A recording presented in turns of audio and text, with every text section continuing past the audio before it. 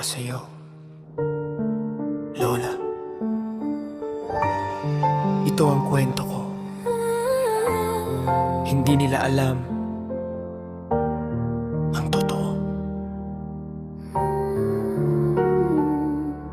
Noong bata pa ako, si Lola ang kasama. Siya ang nag-aruga, siya ang nagkalinga. 3 taong gulang pa lang sa piling niya lumaki. Sa bawat luhat ngiti, siya ang nasa tabi. Pero isang araw, bigla akong nawala. Wala akong kaalam-alam sa nangyari nun pa.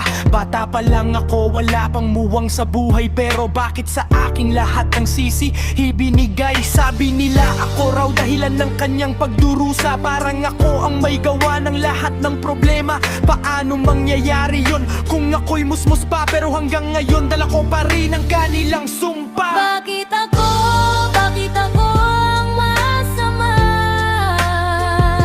Hindi man lang nila pinakinggan ang kwento ko. Salita, sarili kong antipang nanguna sa paninira.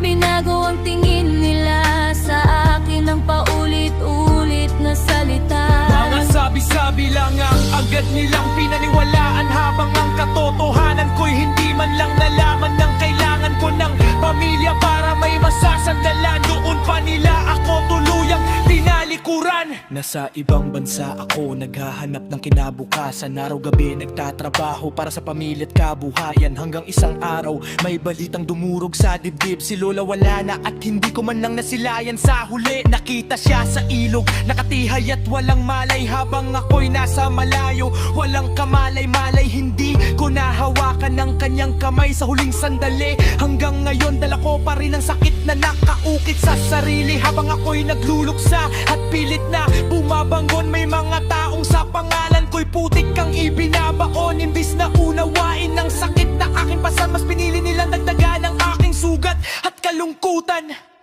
Hindi nila alam ilang kangkang akong gising.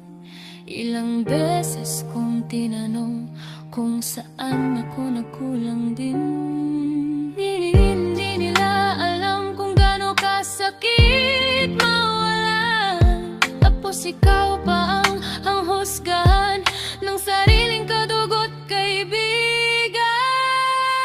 Bakit ang pamilya pa ang unang mananakit? Bakit mas madaling humusga kaysa makinig? Kahit sakit ang mga malaga na walang di